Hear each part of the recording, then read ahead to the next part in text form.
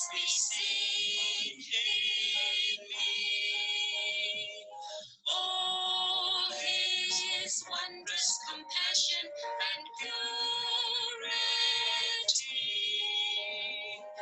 O thou Spirit divine, all my nature refine, till the beauty of Jesus be seen in me.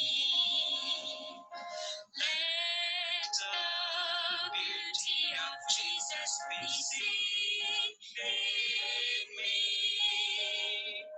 All his wondrous compassion and purity. O thou Spirit divine, all my nature refine, till the beauty of Jesus be seen in me.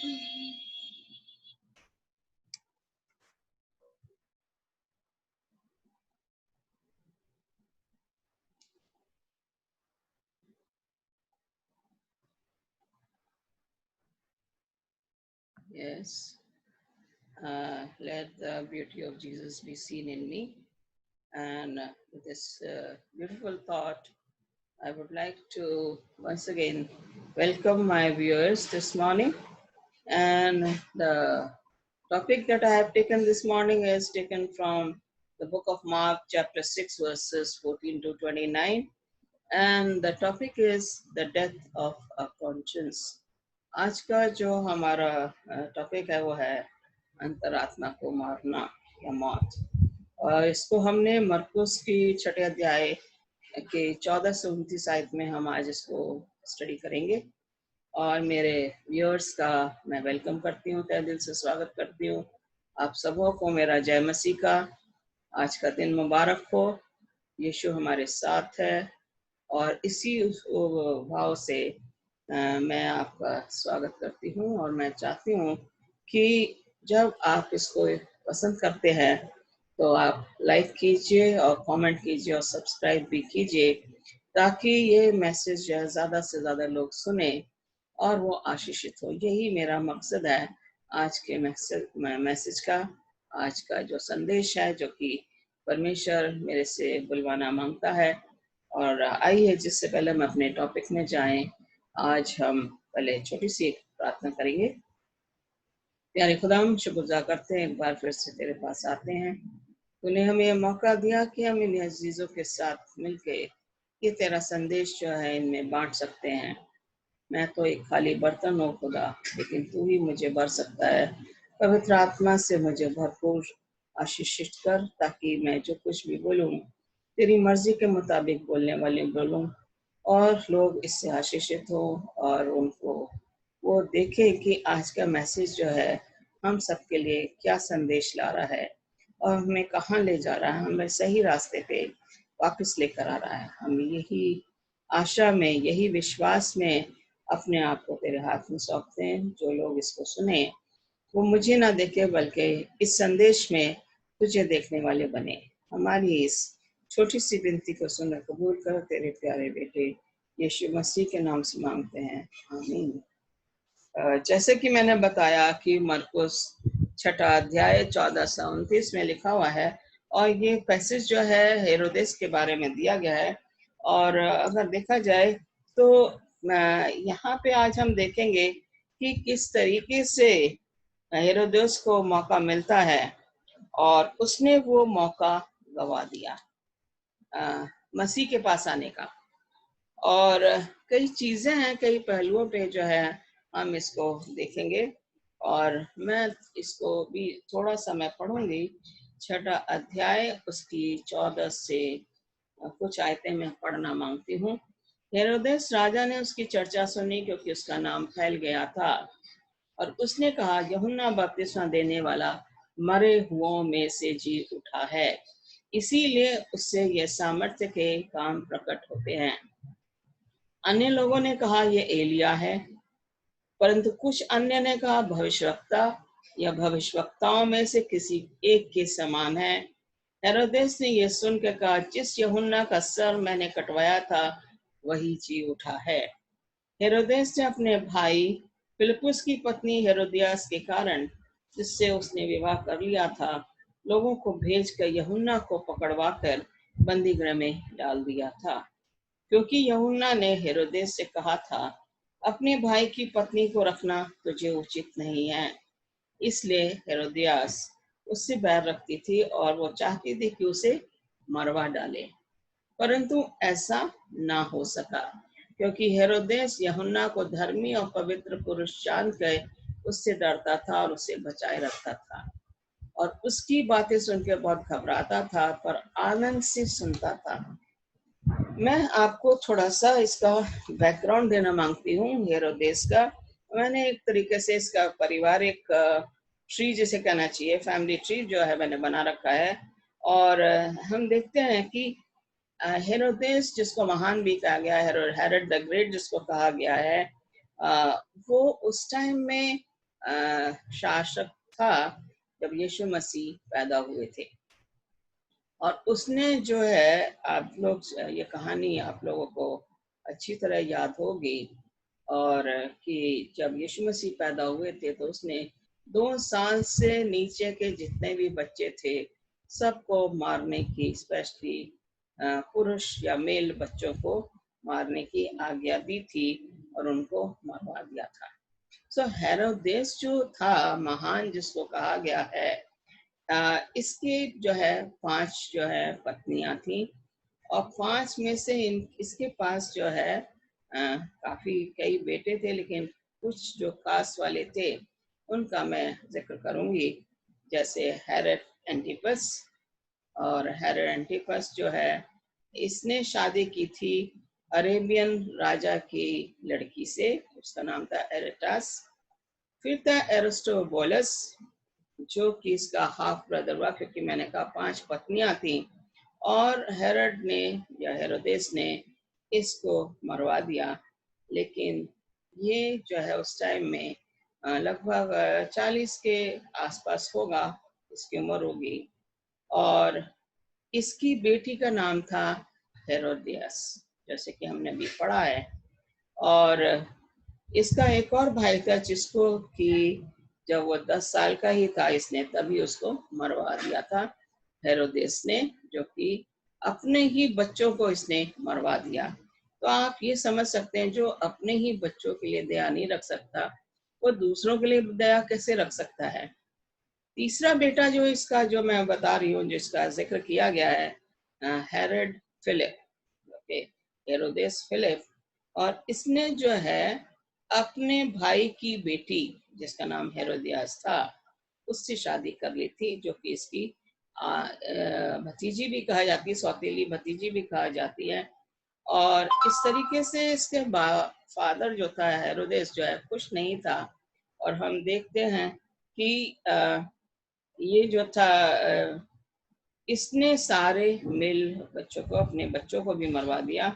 और इसके time में रोम जो था वो 4 हिस्सों में बढ़ जाता है, और एक पार्ट जो था वो हेरोड एंटिपस को दिया जाता है, जिसको टेट्रार्क भी बोला गया है, जिसका मतलब है शासक करने वाला, लेकिन उसको राजा की पदवी नहीं मिलती है। और इसको जो है फ्रांस में भेज दिया गया था, और रोमन एम्परर ने ये, क्योंकि चौथी ईस्वी से और 39वीं ईस्वी तक इसने यहाँ पे शासक के तौर पे काम किया, और ये चाह रहा था कि इसको राजा की पदवी मिले, और इसलिए जो है इसको वहां से फ्रांस भेज दिया गया था 39 एडी में या ईस्वी में। तो अब हम देखते हैं कि ये हमारा बैकग्राउंड है, जो कि आज अभी मैंने कुछ आयतें आपके सामने पढ़ी हैं कि बाइबल में जो है सच्चाई कैसे बताई जाती है। हम देखते हैं कि कॉन्शियस वर्ड है, अंतरात्मा कह लीजिए, या ये कहते हैं कि अगर आप इसको देखें, अच्छी कॉन्शियस और बुरी कॉन्शियस। अच्छी कॉन्शियस होगी जो आपसे अच्छे काम करवाएगी, Paul tells us about sinning against a good conscience leads to spiritual shipwreck. अगर हम अच्छी आत्मा के विरोध में हम काम करेंगे तो हमारी धार्मिकता जो है हमसे छीन ली जाएगी। यहाँ पे जो है पहला तिमोथी पहला अध्याय और उसकी 19वीं आयत में मैं पढ़ूंगी। और पहला तिमोथी पहला अध्याय और उसकी 19वीं आयत, यहाँ पे इस तरीके से लिखा है, और विश्वास और उस अच्छे विवेक को थामे रहे। थामे विवेक का मतलब है हमारी अंतरात्मा, उसको थामे रहे, अच्छे विश्वास को कह रहा है, अच्छे विवेक को, जिसे दूर करने के कारण कितनों का विश्वास रूपी जहाज डूब गया। अगर हमने अपना विवेक अपनी अंतरात्मा से काम नहीं किया है तो हमारा विश्वास जो है वो विश्वास रूपी जहाज डूब जाएगा। मतलब हमारी जिंदगी जो है वो तबाह हो सकती है। अगर पौलुस कह रहा है कि हमें इसको जो है थाम के रखना चाहिए, अच्छे विवेक से हमें काम करना चाहिए। तो यहाँ पे हम देखेंगे कि 17 से 20वीं आयत में अगर देखा जाए तो जैसे कि मैंने पढ़ा तो हेरोदेस जो था बड़ा परेशान था। वो परेशान क्यों था, किस तरीके से वो परेशान हुआ, क्योंकि उसने जो शादी जो है अपने भाई की बेटी से शादी कर ली। वो अपने भाई को देख मिलने गया और वहां पे उसे हेरोदेस जो है पसंद आ गई और उसने अपनी बीवी को छोड़ के, पत्नी को छोड़ के हेरोदेस से शादी कर ली। और इस तरीके से जो है यूहन्ना बपतिस्मा देने वाला ने उसको इसके लिए ताड़ना दी, चेतावनी दी। यहाँ पे कह रहे हैं 17वीं, हेरोदेस ने अपने भाई फिलिप्पुस की पत्नी हेरोदियास के कारण, जैसे मैंने आपको फैमिली ट्री में बताया, हेरोदेस का जो फिलिप था उसकी पत्नी का नाम हेरोदियास था, और हेरोद एंटिपस ने उसको अपनी पत्नी बना लिया। और इस तरीके से जब यूहन्ना बपतिस्मा देने वाले ने उसको बताया तो वो परेशान हो गया। हम यहाँ देखते हैं कि उसकी परेशानी का जो कारण था, उसने क्या करा, परेशान तो हुआ, उसने विवाह कर लिया था, लोगों को भेजकर यूहन्ना को पकड़वा दिया कि ये बार बार जो है मुझे ताड़ना दे रहा है, तो बेस्ट यह है कि मैं इसे जेल में डाल दूं। तो उसको बंदी गृह में डाल दिया जाता है। वो भी कब, क्योंकि यूहन्ना ने हेरोदेस से कहा था कि अपने भाई की पत्नी का रखना तुझे उचित नहीं है। हेरोड एंटिपस या हेरोदेस जो एंटिपस है, ये अक्सर अपनी वाइफ की सुनता था, हेरोदियास की सुनता था, और वो चाहती थी कि किसी ना किसी तरीके से यूहन्ना बपतिस्मा देने वाले को मरवा दिया जाए। वो मौके में थी कि कब ऐसा हो कि मुझे मौका मिले और मैं हेरोदेस यूहन्ना बपतिस्मा देने वाले की मैं जान ले लूं। अगर हम 20वीं आयत में देखें तो यहाँ पे लिखा हुआ है कि यह, क्योंकि हेरोदेस यूहन्ना को धर्मी और पवित्र पुरुष जानकर उससे डरता था। किससे डरता था? यूहन्ना से वो डरता था, क्योंकि एक पापी इंसान जो है, एक धर्मी इंसान के सामने एक पापी इंसान खड़ा नहीं रह सकता, वो जबकि उसने गलती की है। जब वो गलती करता है तो वो खड़ा नहीं रह सकता। तो यहाँ पे जो है वो घबराता था और वो इसीलिए उसने उसको जेल में डाल दिया। तो हम जब देखते हैं कि उसने उसे जेल में जब डाला तो यहाँ पे कह रहा उसे, लेकिन उसको जेल में डालने का और भी कारण था। वो चाह रहा था कि ये जो है वो ये चाह रहा था कि मैं इसको बचा के रखूं, जेल में रहेगा ये सुरक्षित रहेगा, बाहर रहेगा तो ये जो है सुरक्षित नहीं रह सकता है। और वो कह रहा है यहाँ पे उससे डरता था और उससे बचाई डरता था। ओके, डरता क्यों था? क्योंकि धर्मी और पवित्र पुरुष था। धर्मी और पवित्र पुरुष से जो सच्चाई पे चलते हैं उनसे सब लोग डरते हैं।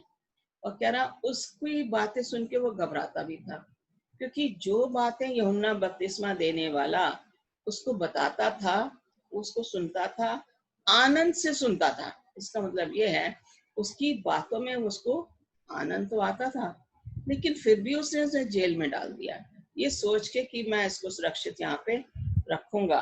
तो हम देखते हैं कि यहाँ पे उसने जो है जब इसको रखा तो फिर जो है अ, जैसे कि मैंने आपकी फैमिली हिस्ट्री बता दी है कि यहाँ पे इसने गलत काम किया और गलत काम के लिए जो है यूहन्ना इसको ताड़ना देने में लगा था।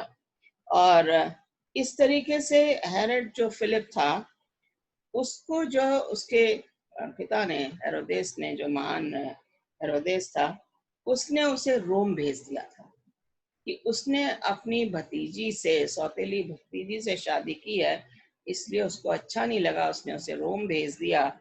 और यहाँ पे जब रोम में हेरोड एंटिपस उसे देखने गया, अपने भाई से मिलने गया, तो वो हेरोदियस से चक्कर में आ गया और इस तरीके से उसे पसंद करने लगा और अपनी पत्नी को छोड़ के और उसने हेरोदियास से शादी कर ली। दोनों ने अपने पति को छोड़ दिया, हेरोदियास ने फिलिप को छोड़ा, हेरोड एंटिपस ने अरेस्टास को छोड़ दिया।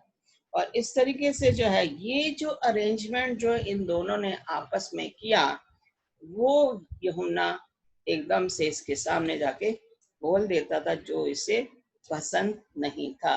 तो यहाँ पे हम देखें कि हेरोदायस का कारण क्या था चिढ़ने का।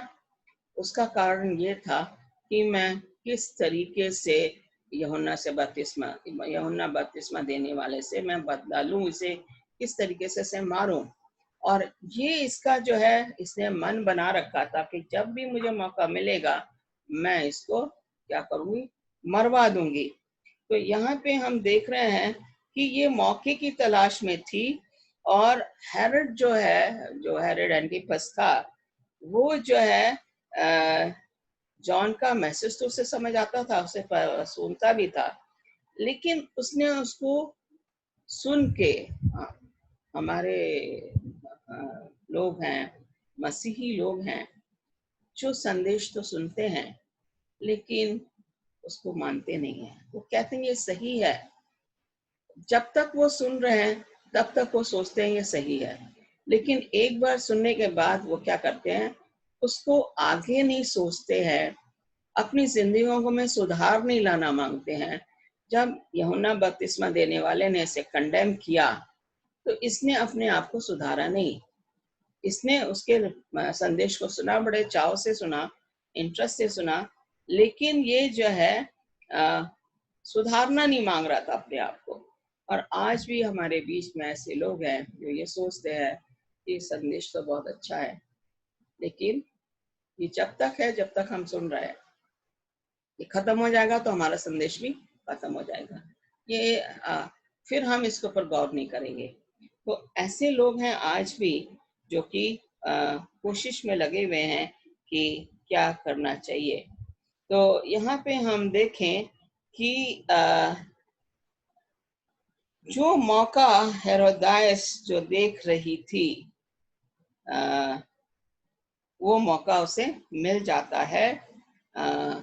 यहाँ पे जो है हमने देखा, पहला पॉइंट जो हमने नोटिस किया, ये परेशान था, इसने संदेश भी सुना, बड़े चाव से सुना, उसको बंदी गृह में भी डाल दिया। एक गलती तो इसने कर दी कि बंदी गृह में डाल दिया। ये इसने सुना समाचार, लेकिन इसने यूहन्ना बपतिस्मा को बंदी गृह में भी डाल दिया हेरोदियास के कहने पे। ये अक्सर जो अपनी बीवी का कहना मानता था।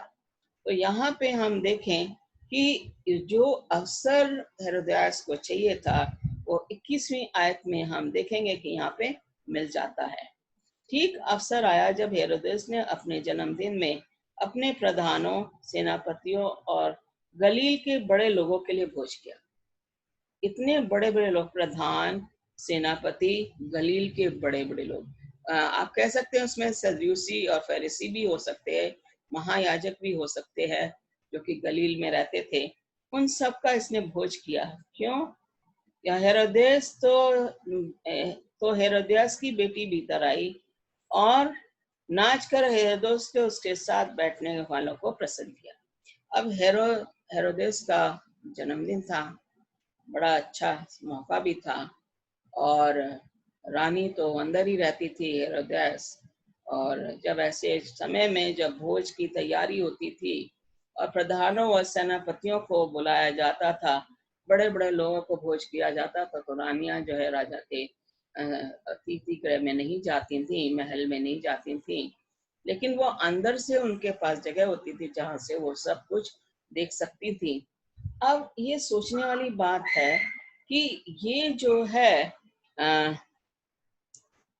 अ, हेरोदियास ने, जो कि उसकी अपनी सगी बेटी है, फिलिप और हेरोदियास की वो बेटी है, सगी बेटी है उसकी, और यहाँ पे बड़े बड़े लोग, प्रधान, सेनापति, गलील के बड़े बड़े महायाजक लोग, उनके सामने ऐसे मौकों पे राजा जो है, नर्तकियां होती थी, डांसर्स होती थी, जिनको कि हायर किया जाता था, उनके पेमेंट किया जाता था, उनको बुलाया जाता था जब राजा का कोई भोज तैयार होता था या राजा का बर्थडे होता था या कोई भी ओकेजन हो, तो नर्तकियों को हायर किया जाता, डांसर्स को हायर किया जाता था और उनको पेमेंट भी मिलता था। लेकिन आप ये सोचिए कि ऐसे माहौल में जहाँ पे कि शराब भी चल रही है, यहाँ पे पीना भी हो रहा है और लोग, बड़े बड़े लोग बैठे हैं और वो देख रहे हैं, बड़े उनकी नजरें बड़ी गंदी नजरों से वो देखते हैं डांसर्स को। तो यहाँ पे जो है, हेरोदियास ने अपनी लड़की को भेज दिया है। वो लड़की जो है वो जाती है वहां पे, वो ऐसे ड्रेसअप होती है कि वो जो है लोग उसको घूर घूर के देखने लगे, और राजा भी उसके डांस में इतना मस्त हो गया कि उसने जो है उससे बड़ा खुश हो जाता कि देखो ये मेरी सौतेली बेटी ने कितना अच्छा डांस किया।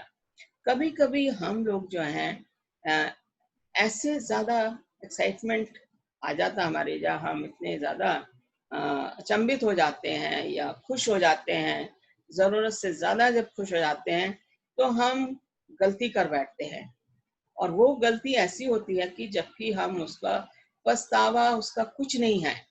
यहाँ पे हम देख रहे हैं कि यहाँ पे हेरोदियास की बेटी 22वीं आयत में देखें तो वो भीतर आई और नाच कर हेरोदेस कर उसके साथ बैठने वालों को प्रसन्न किया, बैठने वालों को प्रसन्न किया। अब हम लोग जो है पुराने जमाने जब में, जब राजाओं के वहां पे डांसर्स होती थी, वो डांस करती थी, तो लोग बड़े बुरी नजर से उनको देखते थे, उनके मन में बुरे विचार आते थे उनके लिए, क्योंकि वो डांसर्स थी, उनको पेमेंट होता था, जो वो राजा चाहते थे वो उनके साथ कर भी सकते थे।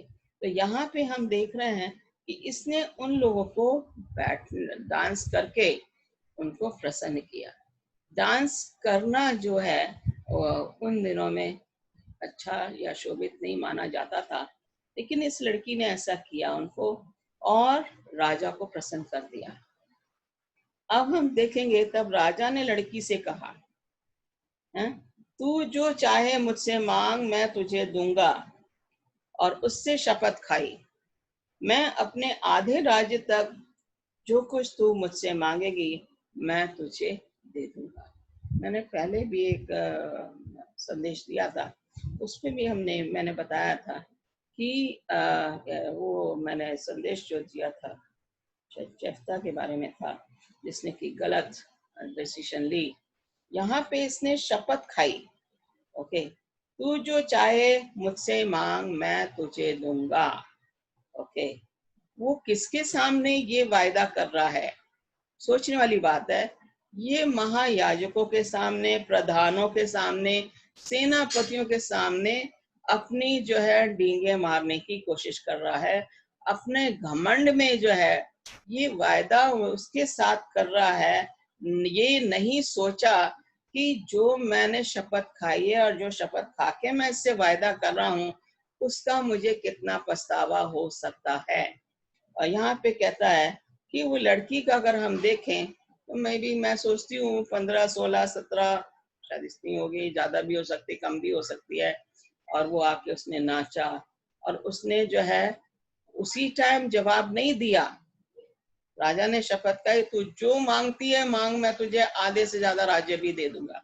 उसने उसी टाइम नहीं मांगा राज्य, वो भागी भागी अपनी माँ के पास गई। इससे आप लोग क्या समझते हो? या तो वो बच्ची नासमझ है, या उसकी माँ ने कहा होगा जो कुछ भी वो तुझसे मांगे या तुझे देने की कोशिश करे मुझे आके बताना, तब मैं तुझे बताऊंगी कि तू क्या मांगेगी। मैं सोचती हूँ कि हेरोदेस ने शायद उसको यही कहा होगा कि राजा जब खुश हो जाएगा, जब वो तुझे कुछ बोले मांगने के लिए, तो तू मेरे पास आना। या तो वो बच्ची ना समझती, क्योंकि हम देखते हैं कि आजकल हम बच्चों को देखते हैं, बेटा तुम्हें क्या चाहिए, वो झट से उनके मुंह से निकल जाता है। उन्हें रिमोट कार चाहिए या उन्हें कुछ और चाहिए। कोई बाइक बोल देगा, अगर 15-16 साल का बच्चा है तो, लड़का है तो एकदम से उनके मुंह से निकल जाता है कि हमें ये चाहिए पापा। लेकिन यहाँ पे हम देख रहे हैं इस लड़की ने क्या करा, इसने जो है अपनी माँ के पास भागी भागी गई। मैं तो सोचती हूँ या तो ये नासमझ थी, या इसकी माँ ने पहले ही इसको सिखाया था, इसलिए यह भागी भागी अपनी माँ के पास गई। क्योंकि जब राजा इसको कह रहा है कि तू मांग, जो भी मांगेगा मैं तुझे दे दूंगा, और शपथ भी खा के बोल रहा है, तो उसको उसी टाइम जो है राजा से पूछ लेना चाहिए था, राजा मुझे ये चीज चाहिए। इसने अपनी माँ की सलाह ली। इसका मतलब यह है कि ये अपनी माँ के बहुत ज्यादा नजदीक थी, निकट थी, और इसलिए जो इसकी माँ कहती थी उसी की बात वो मानती थी। जिस तरह की ट्रेनिंग इसकी माँ ने इसे दी थी, वही ट्रेनिंग में ये चल रही थी। उसने अपने पिता से एकदम से नहीं मांगा। वो अंदर जाती है, अपनी माँ से पूछती है कि मैं क्या मांगू, और माँ ने उसको एकदम से ऐसा चीज बोला। मैं सोचती हूँ कि अगर किसी बच्चे को ये बोला जाए कि मेरे को उसका सर लाके दो, तो बच्चा जो है वो कहेगा मैं ऐसा नहीं करूंगा, मैं ऐसा नहीं करूंगा। वो डर जाएगा, बच्चा घबरा जाएगा। लेकिन ये लड़की वापस आती है। सोचने वाली बात है, ये लड़की वापस आती है और आके जो है क्या कह रही है जाके राजा को। उसने बोला कि हम इसको पढ़ेंगे 24वीं आयत में। उसने बाहर जाके अपनी माता से पूछा मैं क्या मांगू। ओके, माँ को उसको पता नहीं लग रहा था, वो कंफ्यूज हो गई थी कि मैं क्या मांगू।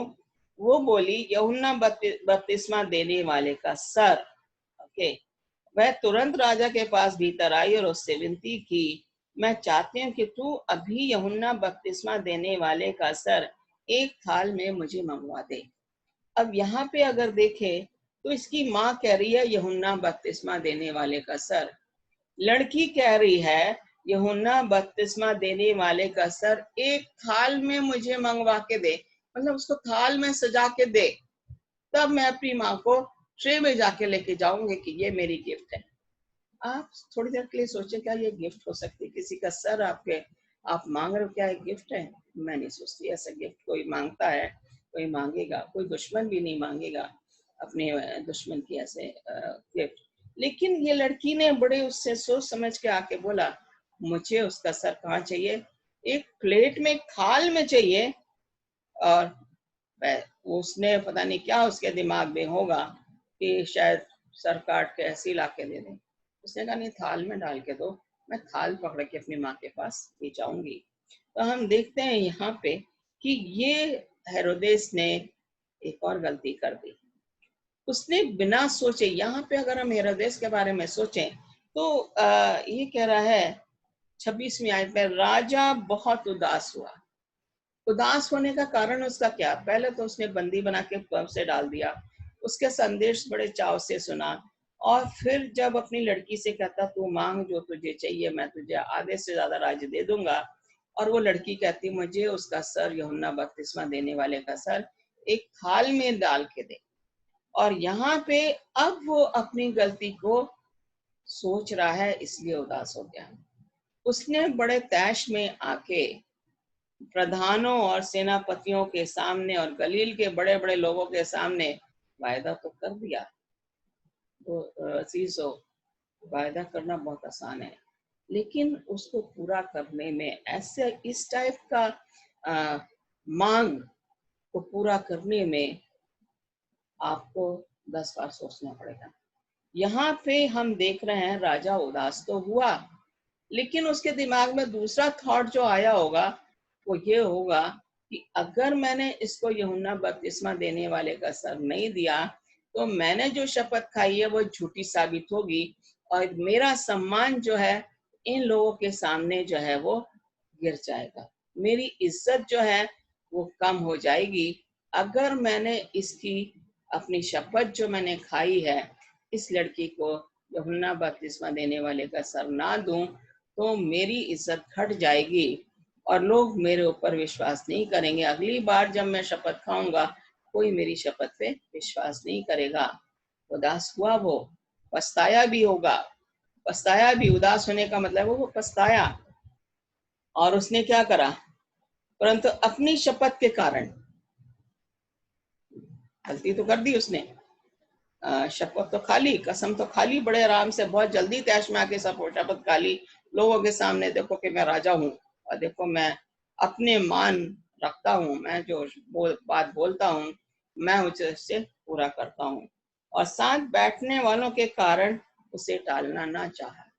अगर आज मैंने अपना वायदा पूरा नहीं किया, तो जितने लोगों को मैंने आज भोज पे बुलाया है, सेनापति हो या प्रधान हो, गलील के बड़े लोग, इन लोगों में मेरी इज्जत घट जाएगी। उसे क्या करना पड़ा? ना चाहते हुए भी उसे उस आदमी को भेजना पड़ा जो कि यूहन्ना बपतिस्मा का सर काट के थाल में डाल के उसको लाके देगा। 27वां आयत में अगर हम देखें, अतः राजा ने तुरंत एक सिपाही को आज्ञा देकर भेजा कि उसका सिर काट लाए।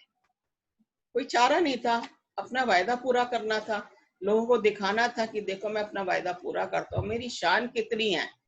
जो बोला इसने बपतिस्मा देने, जब यूहन्ना बपतिस्मा का सर मांगा, मैं इसको वही दे रहा हूँ, तो मैं अपनी बात का पक्का हूँ। और फिर हम देखते हैं कि उसने जेल खाने में जाकर उसका सिर काटा। किसने? जो जल्लाद था। और एक थाल में रख के लाया और लड़की को दिया, और लड़की ने अपनी माँ को दिया। कभी कभी मैं जब इसको पढ़ रही थी और इसकी तैयारी में लगी हुई थी, मैं ये सोच रही थी ये किस तरीके का वायदा था। ये उस माँ ने क्यों ये मांगा? उससे, उसके सर से उसको क्या मिला? और उसने क्यों उसकी इतनी ज्यादा उसने जलन बपतिस्मा देने वाले के लिए रखी अपने मन में, कि वो चाहती थी कि उसके रास्ते का पत्थर है, इसको मैं किसी ना किसी तरीके से हटा दूं। तो यहाँ पे हम देखते हैं कि ये सब क्यों हुआ। ओके, हेरोदेस ने तो गलती कर ली, वायदा किया और उसको निभाया, और वो डांस जो था वो एक तरह से सिंफुल डांस में उसे कहना चाहिए। वो ऐसा डांस था जिसमें कोई मैं कोई रूहानीपन नहीं था, उसमें दिखावटीपन ज्यादा था, उसमें लोगों को प्रसन्न करना ज्यादा था, उसमें राजा को प्रसन्न करने वाला डांस था। और ये जो है राजा लोग और प्रधान लोग और सेनापति लोग, ये पार्टी वो थी जिसमें कि शराब का दौर चल रहा था, और उसी दौर में वो लड़की ने अपना डांस दिखाया। और हम देखते हैं कि ये जो जैसे मैंने पहले भी बताया कि डांसर्स को हायर किया जाता है, लेकिन यहाँ पे हेरोदेस ने अपनी लड़की को भेजा। तो हम यहाँ पे देखते हैं कि ये जो हेरोड ने किया, ओके, तो अपनी उसने गलती तो रियलाइज की, उसे डर भी लगा कि इसने क्या बोला, लेकिन उसे अपनी इज्जत भी रखनी थी। और हम देखते हैं कि 14 से 16 आयत में हम फिर जाएंगे इसी की, उसकी अंतरात्मा। When Herod about Jesus, what he was doing here, his conscience made one last attempt to point him by this, his conscience has been ignored. तो यहाँ पे हम देखते हैं कि हेरोदेस, अगर हम देखें, जब मसीह को पकड़वाया गया तो वहां पे ये हेरोदेस के पास जो है बुलाया गया, और ये यीशु मसीह वहां जाते हैं।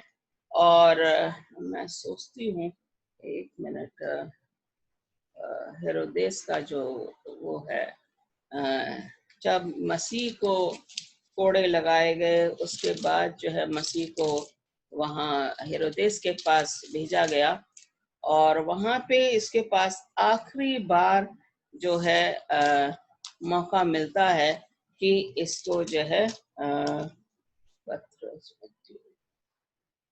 ओके एक मिनट, आखिरी मौका मिलता है यीशु मसीह के सामने। यीशु मसीह को इसने अभी तक देखा नहीं था, लेकिन यीशु मसीह के बारे में इसने सुन रखा था। और यीशु मसीह के बारे में सुनने का मतलब है कि वो चाह रहा था कि मैं उससे सारे मौजे और चंगाई जो यीशु मसीह करता था वो सब ये देख रहा था। और जब उसने ये सब देखा, तो जब यीशु मसीह इसके सामने आते हैं तो ये जो है चाहता है कि यीशु मसीह उसके लिए क्या करे, मौजे करे। वो कह रहा अगर तू परमेश्वर का पुत्र है, जैसे कि हमने देखा कि यीशु मसीह जब शैतान उसके सामने खड़ा होता है उसकी वो करने के लिए, क्या कहते हैं, परीक्षा लेने के लिए, तो यहाँ पे क्या होता है कि यहाँ पे हम देखते हैं कि इसने यीशु मसीह ने बोला वचन में ऐसे लिखा है, और शैतान वहां से चला जाता है। यहाँ पे जो है अगर देखा जाए तो हेरोड के पास एक और मौका मिलता है, लेकिन यहाँ पे ये क्या कर रहा है, ये काम क्या कर रहा है, यहाँ पे ये देखेंगे कि ये यीशु मसीह को जो है मजाक उड़ाने में लगा हुआ। और ये आखिरी उसमें देखेंगे गॉस्पेल्स में कि किस तरीके से पिलातुस जो है इसे हेरोदेस के पास भेजता है, और हेरोदेस जो है इससे कहता है कि अगर तू यहाँ पे है, हेरोदेस यीशु को देख के बहुत ही प्रसन्न हुआ। ये लूका उसके 23वें अध्याय की 8वीं आयत में, क्योंकि वे बहुत दिनों से उसको देखना चाहता था, उसने देखा नहीं था, और इसलिए कि उसने विषय में सुना था और उसने कुछ चिन्ह देखने की आशा रखता था। क्या उसे वो चिन्ह देखने की जरूरत थी यहाँ पे, जबकि यीशु मसीह को पकड़वा के उसके सामने लाया गया है और कह रहा है मैं उससे बहुत सी बातें पूछता रहा, पर उसने उसको कुछ भी उत्तर नहीं दिया। यीशु मसीह ने कोई जवाब नहीं दिया। प्रधान याजक और शास्त्री खड़े हुए तन मन से उस पर दोष लगाते रहे, वो दोष लगा रहे। तब हेरोदेस ने अपने सिपाहियों के साथ उसका अपमान करके ठट्ठों में उड़ाया। ये आखिरी मौका था हेरोदेस के पास कि वो यीशु मसीह को जाने और पहचाने कि यूहन्ना बपतिस्मा देने वाले ने यीशु मसीह के बारे में बताया, उसने सुना और वो जानता था कि यीशु मसीह जो है मौसे कर रहे हैं। यहाँ पे वो उसका मजाक उड़ा रहा है, और जो दूसरे याजक गण जो उसके ऊपर दोष लगा रहे हैं उनको बड़े आराम से सुनकर मजाक उड़ा रहा, कह रहा तू अगर परमेश्वर का पुत्र है तो कुछ अचंभित कार्य कर यहाँ पे, ताकि मैं जानूं और पहचानूं कि तू ही जो है परमेश्वर का पुत्र है। यीशु मसीह ने कुछ नहीं कहा, और उसने जो है अगर 11वीं आयत में देखें कि भड़कीला वस्त्र पहना के उसे पिलातुस के पास लौटा दिया।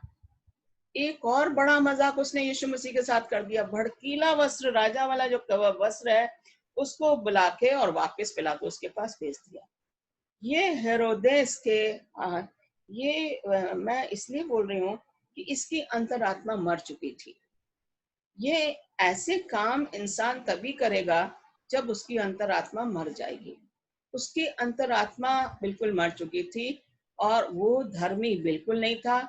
उसने यीशु मसीह का मजाक उड़ाया और उसको जो है भड़कीले वस्त्र पहना के लोगों को दिखाया कि मैं कितना महान हूँ, मैं कितना मेरा कितना घमंड से भरा हुआ था ये हेरोदेस। ये घमंडी इंसान ही ऐसा कर सकता है, दूसरों का मजाक उड़ा सकता है।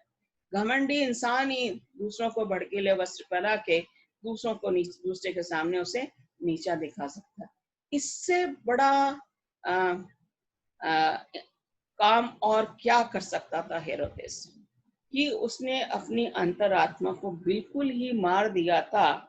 अगर उसने अपनी अंतरात्मा को नहीं मारा होता तो आज वो भी उसने पौलुस ने जब किंग अग्रिप्पा के सामने बोला, संदेश दिया, तो अग्रिप्पा ने बोला कि तूने मुझे ऑलमोस्ट मसीही बना लिया, you almost converted me to be a Christian, convince me to be a Christian.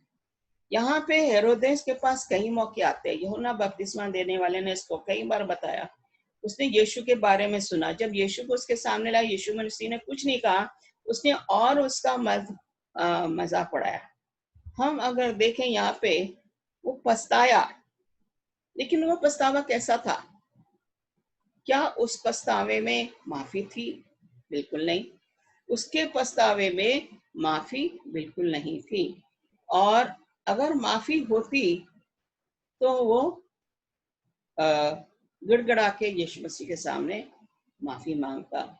वो उनको भड़कीले वस्त्र नहीं पहनाता, वो उनका मजाक नहीं उड़ाता, उन्हें ठट्टों में नहीं उड़ाता। लेकिन ये ऐसा इंसान कर सकता है कि उसका जो है उसे पछतावा है कि उसने यूहन्ना बपतिस्मा देने वाला, उसने कहा मैंने ही उसको मारा। अगर आप देखें गॉस्पेल्स में लिखा, मैंने ही उसको मारा है, मरवाया है। और कबूल कर रहा है वो गलती को, पछता भी रहा है, लेकिन माफी नहीं मांग रहा। आज दुनिया में ऐसे कितने लोग हैं जो गलती मान लेते हैं, पछतावा भी करते हैं, लेकिन माफी नहीं मांगते। माफी मांगने से उन्हें ऐसा लगता है कि उनको नीचा दिखाया जाएगा। अगर माफी मांग ली तो नीचा दिखाया जाएगा। तो हम यहाँ देखते हैं कि वो एक्सेप्ट कर रहा है कि मैंने यूहन्ना बपतिस्मा देने वाले को मरवाया है। वह एक्सेप्ट कर रहा है कि मुझे पछतावा है, जो मैंने शपथ खाई और मैंने यूहन्ना बपतिस्मा देने वाले को मरवा के अपनी शपथ पूरी करी है, लोगों के सामने अपना सम्मान रखा है। मैं सोचती कि वो इस दुनिया के बारे में सोच रहा था, वो आसमानी स्वर्ग के बारे में, स्वर्गीय राज्य के बारे में उसने नहीं सोचा। अगर वो स्वर्गीय राज्य के बारे में सोचता तो उसकी अंतरात्मा उससे झंझोड़ती और वो माफी मांगता, यीशु मसीह के सामने गिड़गिड़ाता, रोता और माफी मांगता और उसको माफी मिल जाती। लेकिन उसने अपना आखिरी रास्ता भी बंद कर लिया अपने लिए। कंफ्यूजन था उसे, परेशान भी था वो कि यूहन्ना बपतिस्मा देने वाला मुझे ताड़ना दे रहा है, लेकिन उसने अपनी अंतरात्मा को बिल्कुल ही मार दिया था। तो ये कह रहा है कि अपनी कॉन्शियस को नहीं मारो। हम देखें रोमियो उसका पहला अध्याय, कुछ आयतें मैं यहाँ से पढ़ना मांग रही हूँ कि इस तरीके से हमें अपने आप को जो है, अपनी आत्मा को संभाल के रखना है, और तभी हम जो है एक अध्याय और हम पढ़ेंगे, कुछ आयतें मैं पढ़ूंगी यहाँ से। और यहाँ पे जो है 24वें आयत से लिखा हुआ है, क्योंकि उन्होंने परमेश्वर की सच्चाई को बदल कर झूठ बना डाला। ये कौन कर सकता है ऐसा? जिसकी अंतरात्मा मर गई है, और सृष्टि की उपासना और सेवा की, ना कि उस सृजनहार की जो सदा धन्य है। सृष्टि में क्या है? किसी भी चीज को उन्होंने ईश्वर बना लिया, भगवान बना लिया और उसकी सेवा कर रहे हैं। ईश्वर को छोड़ दिया और ये कह रहे हैं कि जो ईश्वर सदा तक है, कल भी सेम था, आज भी सेम है, कल भी वो ऐसे ही रहेगा, उन्होंने उसको छोड़ दिया। उन्होंने परमेश्वर की सच्चाई को बदल के झूठ बना दिया। आज भी कई लोग कहते हैं कि मैं यीशु हूं और मैं बहुत अचंभित काम कर सकता हूँ। बाइबल हमें बता रही है क्लियरली कि झूठे भविष्यवक्ता तैयार हो जाएंगे, झूठे मसीह खड़े हो जाएंगे, सच्चाई को तोड़ मड़ोड़ दिया जाएगा, जो कि ये वही लोग कर सकते हैं जिनकी अंतरात्मा मर गई है। इसलिए परमेश्वर ने उन्हें नीच कामनाओं के वश में छोड़ दिया। ठीक है, तुम नीच कामनाओं में जाना मांगते हो, तुम्हारी अंतरात्मा मर गई है, तो तुम वहीं पर रहो जहाँ पे तुम रहना मांगते हो। यहाँ तक कि उनकी स्त्रियों ने भी स्वाभाविक व्यवहार को, उससे जो स्वभाव के विरुद्ध है, बदल डाला। उनकी लेडीज भी ऐसे ही हो गई। हम देख रहे हैं कि बुराई का अक्सर जो है रिजल्ट, परिणाम, वो बुरा ही होता है, उसका अच्छा नहीं होता है। ये हम देख रहे हैं कि जब उन्होंने परमेश्वर को पहचानना ना चाहा, तो परमेश्वर ने भी उन्हें निकम्मे मन को छोड़ दिया कि वे अनुचित काम करें। परमेश्वर को जब हम पहचानना छोड़ देते हैं, तो परमेश्वर हमें हमारे निकम्मेपन पे छोड़ देता है, क्योंकि हम परमेश्वर को ग्रहण नहीं कर सकते हैं। ये कह रहा हूँ 29वीं आयत, इसलिए वे सब प्रकार के अधर्म, दुष्टता, लोभ, बैर भाव से भर गए और डाह और हत्या और झगड़े और छल और ईर्ष्या से भरपूर हो गए। चुगलखोर, बदनाम करने वाले, परमेश्वर से घृणा करने वाले, दूसरों का अनादर करने वाले, अभिमानी, डींगमार, बुरी बुरी बातों के बनाने वाले, माता पिता की आज्ञा ना मानने वाले। अजीजों, आजकल यही हो रहा है हमारे आसपास। ऐसा ना हो कि हमारा भी समय निकल जाए। हमारे पास समय है कि हम अपनी अंतरात्मा को ना मारें, हम धार्मिकता में बने रहें, क्योंकि हमें परमेश्वर ने चुना है और वो हमारे लिए स्वर्गीय राज्य तैयार कर रहा है, और बहुत जल्दी वो आने वाला है, ताकि आपको और मुझे वहां ले जाए जहाँ पे वो हमें रखना मांगता है। बहुत ही अच्छी जगह उसने हमारे लिए तैयार की है। आइए, हमारे पास अभी समय है और हम अपने आप को जो है परमेश्वर के और नजदीक लाएं, अपनी अंतरात्मा को जोड़ें, ताकि हम धर्मी बन सकें और लोग हमें जाने, एक नमूना पेश करें। जैसे मैंने बताया, काश के यीशु की खूबियां मुझ में हो। Let the beauty of Christ be in me, be seen in me. हम यही चाहते हैं, मसीह की खूबियां आप में और मुझ में होना बहुत जरूरी है। वो गाना जो मैंने सुबह अभी शुरू में प्ले किया था, मैं सोचती हूँ बहुत मीनिंगफुल गाना है। बहुत पुराना गाना है, आप उसको सुनिए और हो सके तो आप उसको गाने की कोशिश भी कीजिए, ताकि आपकी जिंदगी दिन ब दिन सुधरती चली जाए और आप धार्मिकता में बने रहें। प्रार्थना करेंगे। प्यारे खुदावन, एक बार फिर से हम तेरे पास आते हैं। तूने हमें ये मौका दिया कि हम तेरे नजदीकी में आके इस संदेश को लोगों में बांट सकते हैं। मैं चाहती हूँ कि ज्यादा से ज्यादा लोग इस संदेश को सुने। परमेश्वर, ये मैंने संदेश दिया है, लेकिन ये पवित्र आत्मा के जरिए तूने मुझे दिया ताकि मैं लोगों में बांट सकूं। तू ही जो है लोगों के मन को छुएगा, और ताकि वो ज्यादा से लोग इसको सुने और तेरे नजदीकी में आने वाले बने, अपनी अंतरात्मा को ना मारे। जो बीमार है उनके लिए प्रार्थना करते हैं, जो कोरोना वायरस से ग्रसित है उनके लिए प्रार्थना करते हैं, जो कीमो जिनकी हो रही है, जो कैंसर से पीड़ित हैं, जिनको डायबिटीज है, और भी तरह तरह की बीमारियां जो लोगों में फैली हुई है, उन लोगों के लिए प्रार्थना करते हैं। उनके ऊपर तो अपना चंगाई का हाथ रख। तू हकीमों का हकीम है, तू ही उनको चंगाई बख्श सकता है। हम उन सब बीमारों को तेरे सामने लाते हैं, उन अजीजों को तेरे सामने लाते हैं जो तेरे वचन से दूर है और जो भटक गए हैं। उनके लिए भी प्रार्थना करते हैं, ताकि वो वापस तेरे गले में आए और तेरे घर में खुशियां बनाई जाएं। हमारी इस प्रार्थना को सुना कबूल कर, तेरे प्यारे बेटे यीशु मसीह के नाम से मांगते हैं, आमीन। आमीन। God bless you.